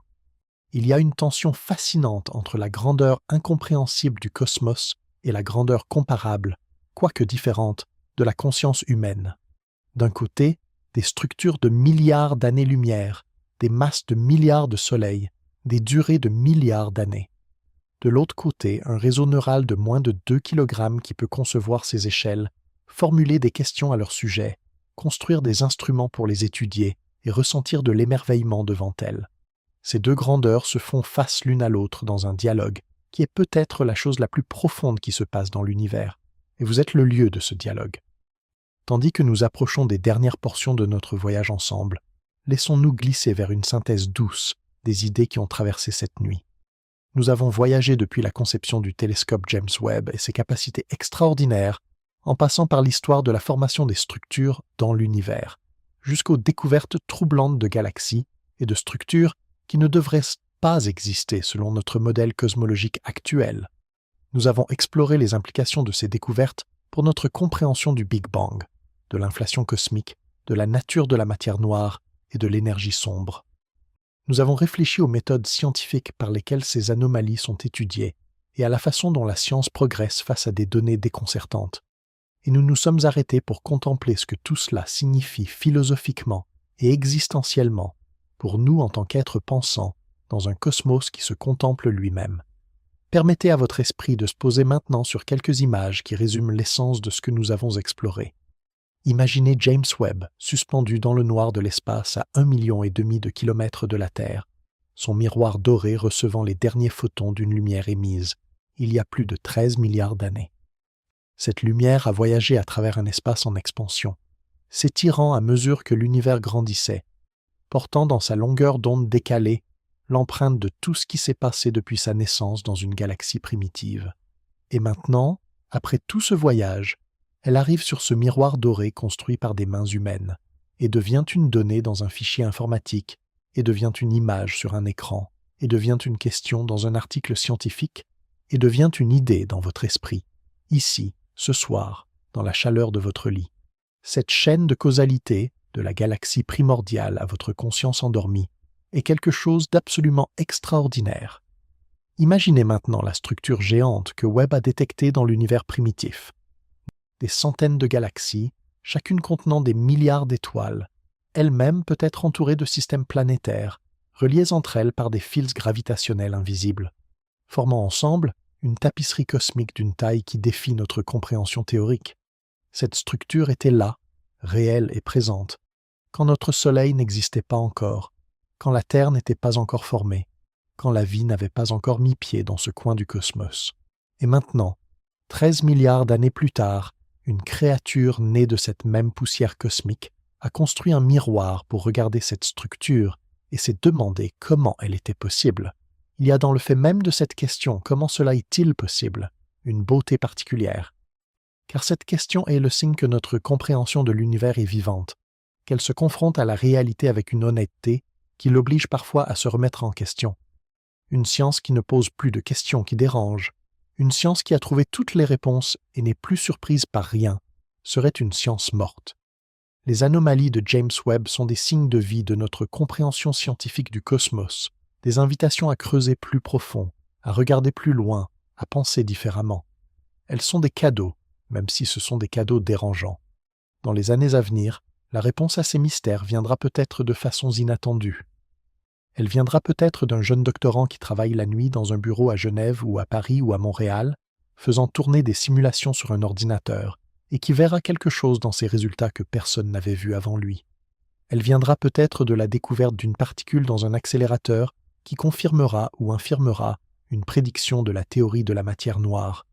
Elle viendra peut-être de l'analyse d'une observation de Webb faite dans une région du ciel que personne n'avait encore regardée de près. La science est pleine de ces surprises, de ces moments où la réponse à une grande question vient d'un lieu inattendu. Et peut-être que la réponse viendra d'une remise en question fondamentale de quelque chose que nous tenons pour acquis dans notre cosmologie. Peut-être que le temps lui-même se comporte différemment aux échelles cosmiques que nous le supposons. Peut-être que la géométrie de l'espace-temps primitif avait des propriétés que nous ne connaissons pas encore. Peut-être qu'il existe un processus physique fondamental, analogue à la sélection naturelle en biologie, mais opérant à l'échelle cosmique, qui favorise la formation de structures complexes, d'une façon que notre physique actuelle ne capture pas. Ces possibilités sont spéculatives, bien sûr, mais elles illustrent l'ouverture d'esprit que les grandes questions exigent. Ce que James Webb nous a appris jusqu'ici, en moins de 3 ans d'opérations scientifiques, dépasse déjà les espoirs les plus optimistes de ses concepteurs. Il a transformé notre compréhension de l'univers primitif, révélé des galaxies et des structures qui défient nos théories, fournit des données d'une qualité et d'une quantité sans précédent à la communauté scientifique mondiale. Et sa mission n'est pas terminée. Il a encore plusieurs années, peut-être plus d'une décennie, de carburant pour ses propulseurs de correction d'orbite, et ses instruments fonctionnent parfaitement, sans signe de dégradation significative. Chaque nuit qu'il passe à observer le cosmos, il accumule de nouvelles données, de nouvelles découvertes, de nouvelles questions. La science que Webb inspire est une science de l'humilité et de l'émerveillement. L'humilité de réaliser que notre meilleur modèle du cosmos, développé au prix d'un siècle d'efforts par certains des esprits les plus brillants de l'humanité, pourrait avoir besoin d'être revu, et l'émerveillement devant la richesse inexhaustible de la réalité, devant le fait que la nature est toujours plus surprenante, plus complexe, plus belle que ce que nous aurions pu imaginer. Cette combinaison d'humilité et d'émerveillement est peut-être la meilleure attitude à cultiver non seulement pour comprendre l'univers, mais pour naviguer dans la vie elle-même. Votre journée vous a peut-être apporté ses propres mystères, ses propres questions sans réponse, ses propres structures qui ne semblaient pas correspondre au modèle que vous vous faisiez des choses. Ces questions font partie de votre vie comme les anomalies de Webb font partie de la cosmologie. Elles ne sont pas des échecs, mais des invitations à comprendre plus profondément. Et tout comme les cosmologistes accueillent ces anomalies avec curiosité plutôt qu'avec anxiété, vous pouvez accueillir les vôtres avec la même sérénité. Le cosmos ne s'est pas effondré sous le poids des découvertes de Webb. Il est devenu plus riche, plus mystérieux, plus fascinant. Et votre vie peut faire de même. La nuit qui vous entoure en ce moment est une fraction infinitésimale de l'histoire cosmique que nous avons parcourue ensemble. Dans le grand récit de l'univers, 13 milliards 800 millions d'années d'évolution depuis le Big Bang jusqu'à ce soir, votre vie est un instant, un clin d'œil. Et pourtant, dans cet instant, vous avez eu accès à presque toute cette histoire. Vous avez pu contempler les premières galaxies, les premières structures, les premiers moments d'un univers qui cherchait encore sa forme. Vous avez voyagé plus loin que n'importe quel explorateur physique ne pourra jamais voyager. Non pas avec votre corps, mais avec votre esprit, guidé par la lumière que James Webb a capturée pour vous. Il y a quelque chose de magnifique dans le fait que le cosmos, après 13 milliards d'années d'évolution aveugle, ait produit des créatures capables de le contempler et de le comprendre. Que parmi les milliards de galaxies, dans l'une d'elles, sur une petite planète orbitant une étoile ordinaire, des êtres faits de poussière d'étoiles et ont trouvé le moyen de regarder en arrière, vers les premières structures de l'univers, et de se demander comment elles sont possibles. C'est la chose la plus extraordinaire que nous sachions dans le cosmos, et cette chose se passe en vous, ce soir, tandis que vous vous endormez. Laissez maintenant les grandes questions se dissoudre doucement. Elles seront là demain, toujours aussi fascinantes, toujours aussi ouvertes. Les chercheurs continueront leur travail, les données de Webb continueront de s'accumuler, les théoriciens continueront de proposer des explications, l'univers continuera de garder ses secrets tout en révélant des indices. Et vous aurez la possibilité de suivre cette aventure intellectuelle autant que vous le souhaitez, avec autant d'engagement ou de distance que vous en aurez envie. Pour l'instant, laissez votre corps se détendre complètement. Laissez votre respiration trouver son propre rythme, lent et régulier, comme le mouvement des planètes dans leurs orbites. Laissez votre esprit flotter doucement dans cet espace entre la veille et le sommeil, cet espace où les grandes idées deviennent des rêves, où les structures cosmiques se transforment en images intérieures, où la lumière de 13 milliards d'années-lumière devient la lumière douce de votre conscience qui s'endort. Vous avez voyagé loin ce soir. Vous avez contemplé des structures si grandes qu'elles remettent en question les fondements de notre compréhension de l'univers. Vous avez réfléchi au mystère de la formation des galaxies, à la nature de la matière noire et de l'énergie sombre, aux questions profondes sur le début de l'espace et du temps. Et dans tout cela, vous avez aussi contemplé votre propre place dans ce cosmos immense, pas comme un être insignifiant perdu dans l'infini, mais comme une expression de cet infini, une façon pour le cosmos de se connaître lui-même. James Webb continuera de regarder, les scientifiques continueront de chercher, et l'univers continuera de se révéler, lentement, mystérieusement, merveilleusement. Il n'y a rien que vous deviez faire cette nuit sinon vous reposer, vous laisser porter par le courant calme du sommeil, et faire confiance au fait que le cosmos sera toujours là demain, toujours aussi vaste, toujours aussi mystérieux, toujours aussi boutifli attendant d'être exploré. Bonne nuit. Que vos rêves soient à la mesure de l'infini que vous venez de contempler.